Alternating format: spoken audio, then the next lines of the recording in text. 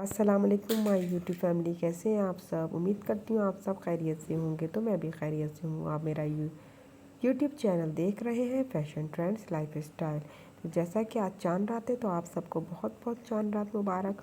और कल ईद उल फितर है तो मैं आपके लिए बहुत ही प्यारे प्यारे मेहंदी के डिज़ाइन जो है वो लेके आई हूँ, क्योंकि आज जो है वो सारी लड़कियाँ जो है मेहंदी लगाएंगी। तो मैंने सोचा कि क्यों ना आप सबके साथ जो है मेहंदी के डिज़ाइन शेयर करूँ। बहुत ही प्यारे प्यारे डिज़ाइन है। वीडियो पसंद आए चैनल को सब्सक्राइब करें, वीडियो को लाइक करें और शेयर करें। फिर वीडियो को एंड तक देखिएगा। फिर मिलती हूँ नेक्स्ट वीडियो में। दुआ मुझे याद रखिएगा। तब तक के लिए अल्लाह हाफिज़।